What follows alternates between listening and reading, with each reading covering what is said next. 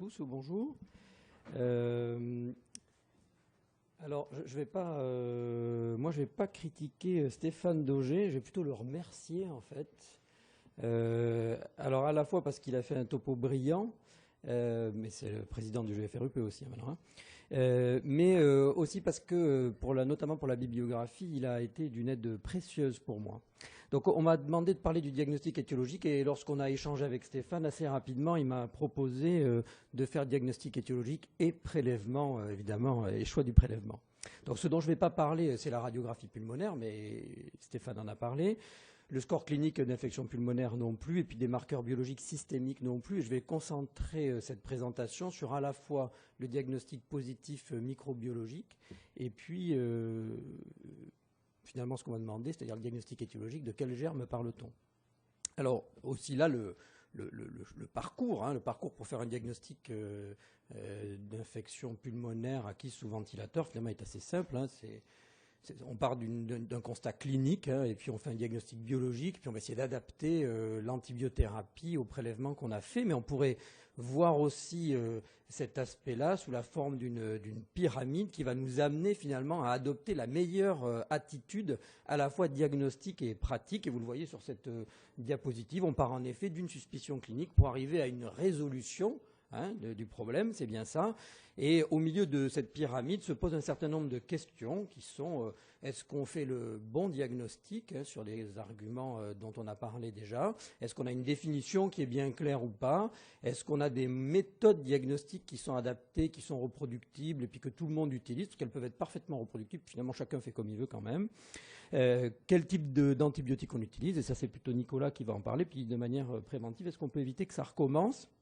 Ce qui est aussi compliqué. Alors pourquoi c'est important en effet de parler de ça? Très généralement, c'est parce que c'est d'un point de vue épidémiologique important, de savoir combien il y a d'infections dans nos services. Et en effet, à chaque fois qu'on fait ce type de présentation, j'ai l'impression que ça bat sur moi une espèce de chape énorme, en disant mais on est vraiment des gros blaireaux en fait, parce qu'on ne sait pas ce qui se passe dans nos services. Et j'ai l'impression que chaque année, depuis maintenant une dizaine d'années, on a une piqûre de rappel, notamment au congrès de la SRLF, mais ça marche aussi à la journée recherche. On se dit mais bon sang, qu'est-ce qu'on fait à chaque fois? On se dit qu'il faut qu'on fasse des études pour savoir comment ça se passe chez nous, et puis on ne le fait pas. Donc il y a un problème, il y a de prise de conscience. Donc vous le voyez, les pneumopathies acquises sous ventilateur, c'est important, ça représente un fort pourcentage des infections nosocomiales, et puis en effet ça coûte de l'argent, et ça coûte aussi en termes de morbidité et de mortalité.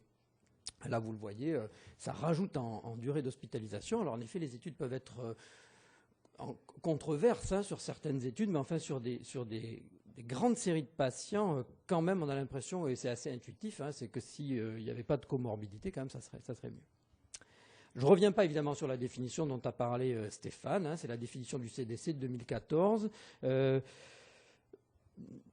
Encore une fois, je suis d'accord avec lui pour dire que si on a des critères, alors c'est peut-être pas la panacée, mais bon sang, on a des critères, quoi. Alors appliquons-les. Voilà. Je pense que c'est une bonne idée. Alors plus directement maintenant, quelle méthode diagnostique on utilise pour savoir si on a une infection, une pneumopathie acquise sous ventilateur? Donc il y a beaucoup de littérature, des modifications de la littérature, notamment récemment adulte, où on a senti un peu le va-et-vient. Puis quand on discute dans les couloirs, parce que j'en ai profité, du coup, l'avantage des congrès, c'est aussi pouvoir discuter à la fois avec les collègues pédiatres, mais aussi avec les collègues adultes, dire toi, tu fais comment chez toi, tout ça. Vous surtout, vous ne dites pas de préparer un topo, alors, mais vous dites comment ça se passe. Puis vraiment, l'impression que j'ai, c'est ça, c'est-à-dire que chacun fait un peu comme il veut dans son service. Alors certains vous disent, moi, je fais des prélèvements simples, en fait, qualitatifs.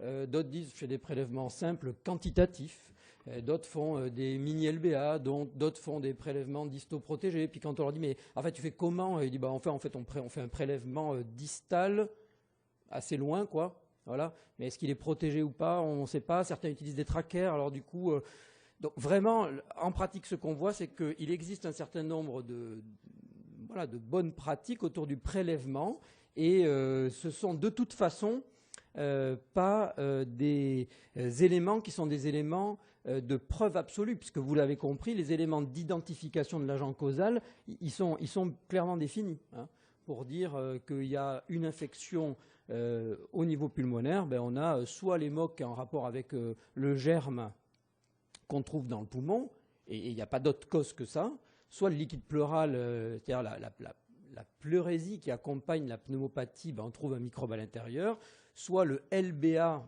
un vrai LBA avec une bronchoscopie, met en évidence un germe, soit alors on a un examen anatomopathologique. Donc on a du tissu pulmonaire dans lequel on a trouvé un élément microbiologique. Voilà. Et puis après tout le reste, voilà, on s'adapte. Il faut qu'on s'adapte à la population que l'on a, à la fragilité des enfants que l'on a. Et parfois on ne peut pas faire des diagnostics, voilà, on ne peut pas faire de l'anatomopathologie à chaque fois. On peut pas, même si des fois on sollicite nos chirurgiens en disant ça serait bien que là on ait vraiment un diagnostic, quand il faut aller prélever un bout de poumon, c'est pas toujours facile de le faire.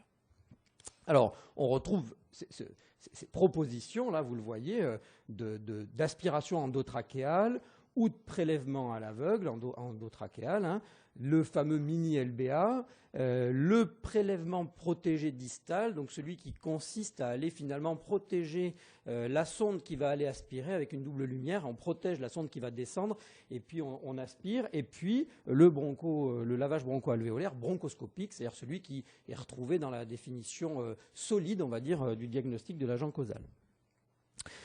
On retient finalement dans la littérature pédiatrique plutôt finalement le prélèvement à l'aveugle avec le lavage broncho-alvéolaire qui est avec une bonne sensibilité, une bonne spécificité. On va voir les comparaisons des différentes études. Et puis également le prélèvement trachéal distal. C'est ça que les études montrent assez souvent dans la littérature pédiatrique. Alors vous le voyez, malgré tout, en termes de spécificité et de sensibilité, ce n'est pas toujours très très simple. Cette étude récente, c'est 2014, en fait montre quoi? Elle montre que quand on regarde, là ce sont des patients, en fait, il y a une comparaison sur 61 patients entre des prélèvements qui sont faits avec des trachéères et des prélèvements sans trachéère. Et donc c'est intéressant de regarder, ils ont regardé dans les 3 premiers jours, à 4-6 jours, à 7-9 jours, etc. Et lorsque les prélèvements sont des prélèvements qui sont faits avec des trachéères, il y a une colonisation du prélèvement qui est régulière. Donc là aussi, la manière dont on fait nos prélèvements, nous, conditionne évidemment ce qu'on va trouver en microbiologie. Donc lorsqu'on identifie un prélèvement positif, ce qui est important pour nous, c'est de savoir comment on a fait le prélèvement, qu'est-ce qu'on attribue, la valeur qu'on attribue à ce prélèvement. Et pourquoi je vous dis ça? Parce que le problème essentiel de l'identification d'un agent causal va être le risque de surtraitement. Si on identifie un agent causal, mais alors je ne parle pas évidemment dans le topo des marqueurs systémiques ou même des marqueurs locaux, mais si on identifie un germe, on a une image pulmonaire, on est à peu près sûr de notre coup, quoi. Mais si on a un prélèvement dont on n'est pas sûr de la véracité, on risque quand même de maltraiter et de surtraiter. Donc ça, c'est un problème qui va être récurrent et qu'on va revoir. Là, ici, la comparaison de deux prélèvements, vous le voyez, successifs. Ils ont comparé deux prélèvements successifs pour finalement identifier la reproductibilité du LBA à l'aveugle chez les patients qui étaient ventilés. Et ils trouvent finalement qu'il y a une très bonne concordance, et le LBA est un très bon examen, qui à la fois est un bon examen, donc ce n'est pas un prélèvement avec bronchoscopie, c'est un prélèvement distal de lavage broncho-alvéolaire avec une petite quantité de sérum phi.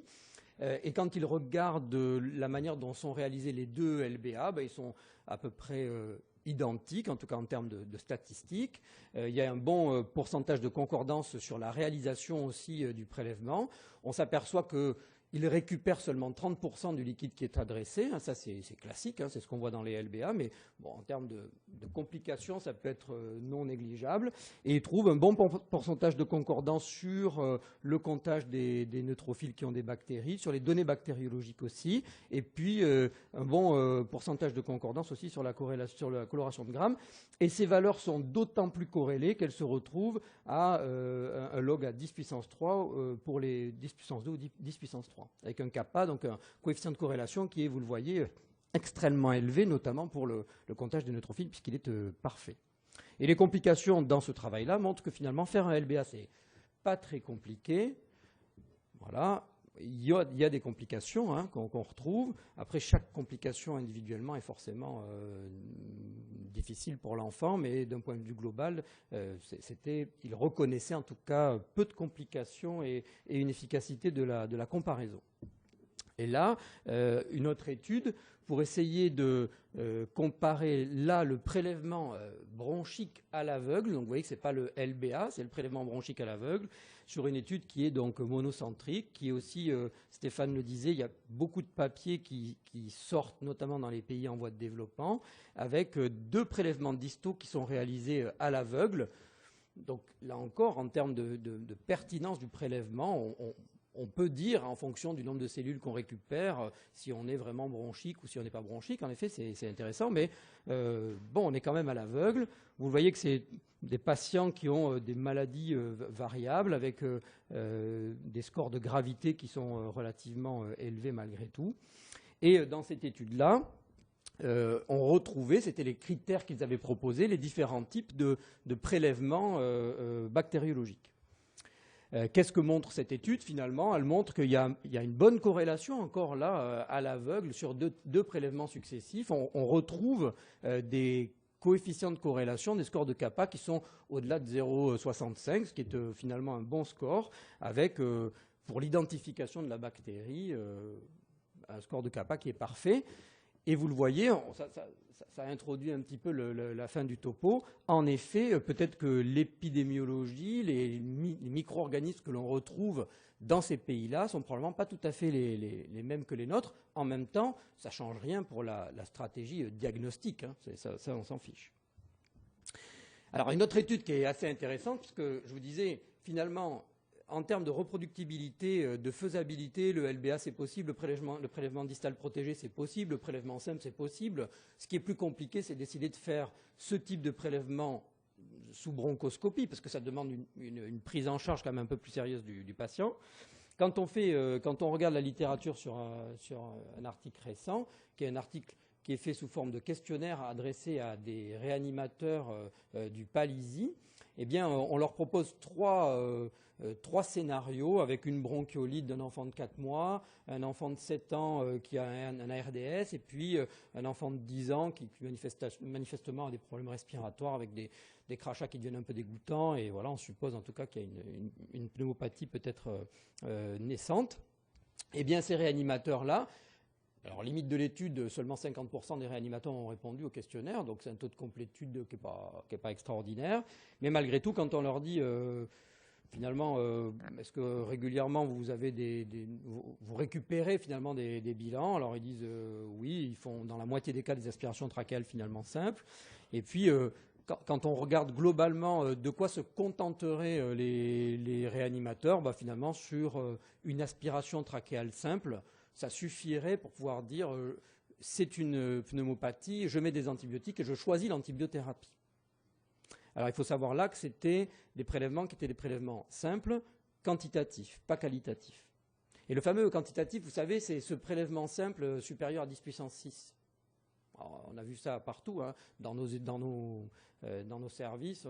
On dit si tu fais un prélèvement simple, c'est supérieur à 10 puissance 6, puis si c'est un LBA, c'est 10 puissance 3 ou 10 puissance 4. Voilà, bon.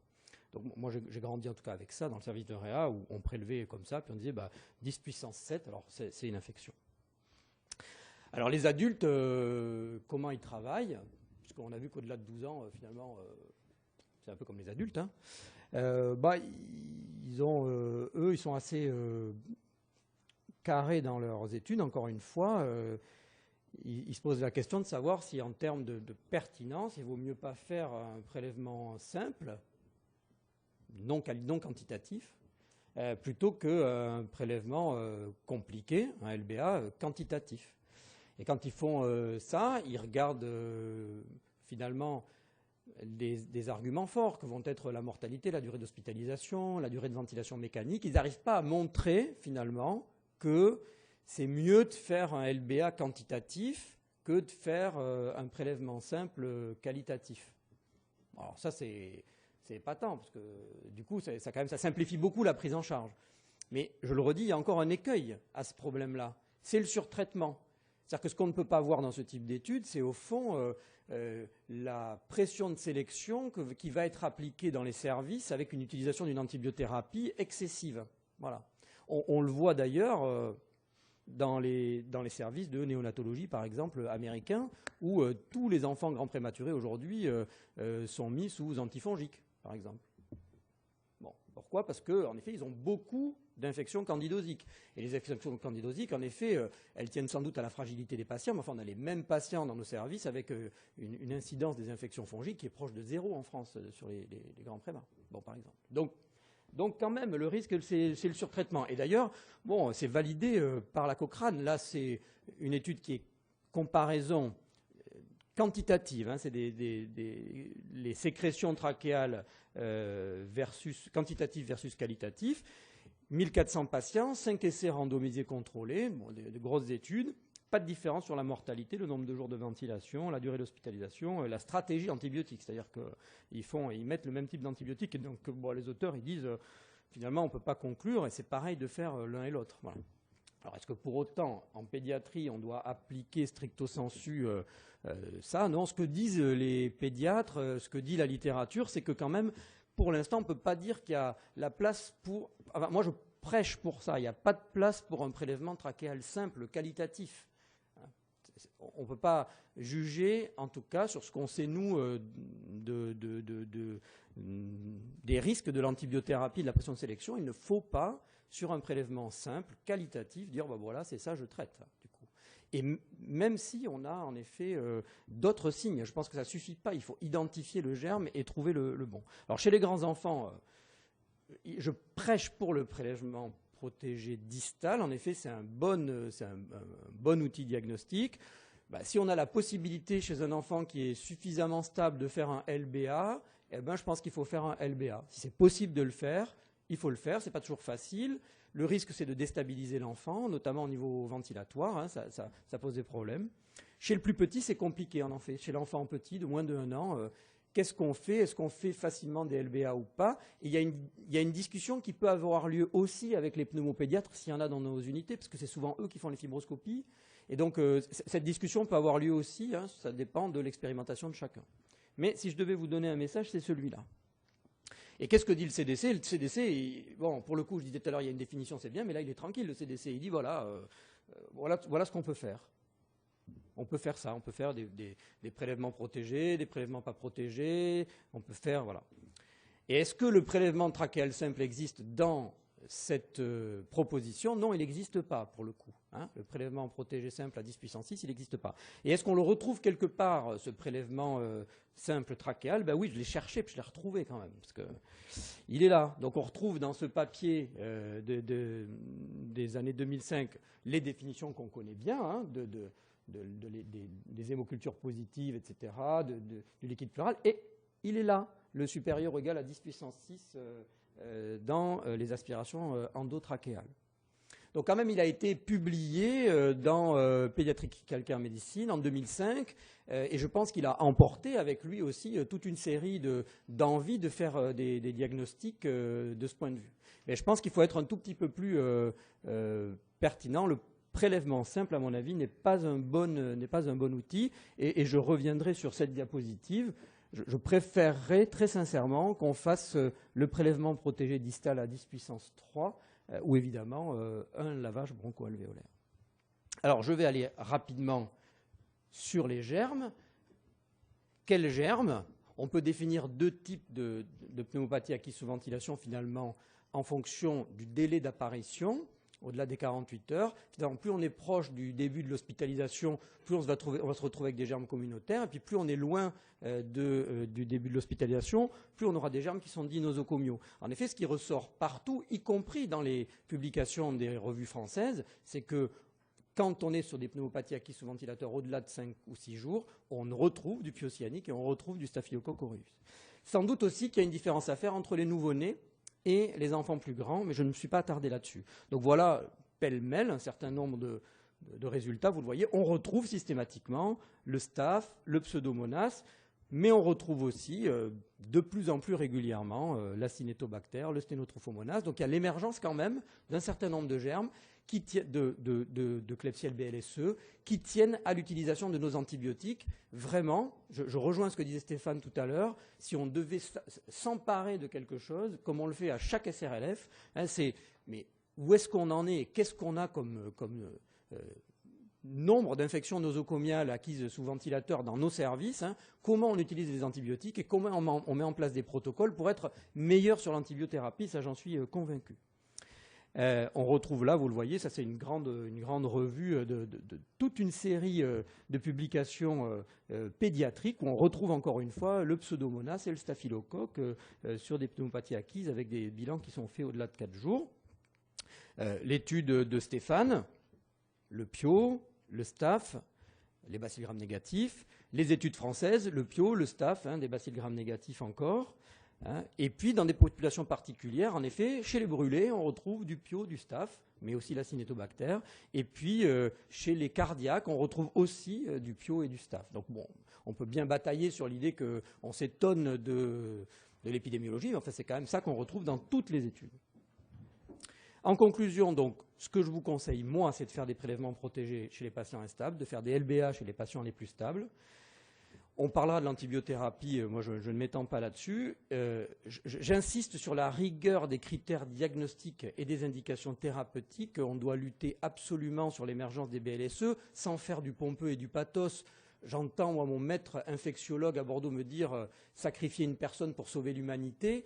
En effet, dit comme ça, bon, ça fait un peu pompeux, mais c'est de se dire vraiment l'utilisation des antibiotiques doit être raisonnée, hein, absolument.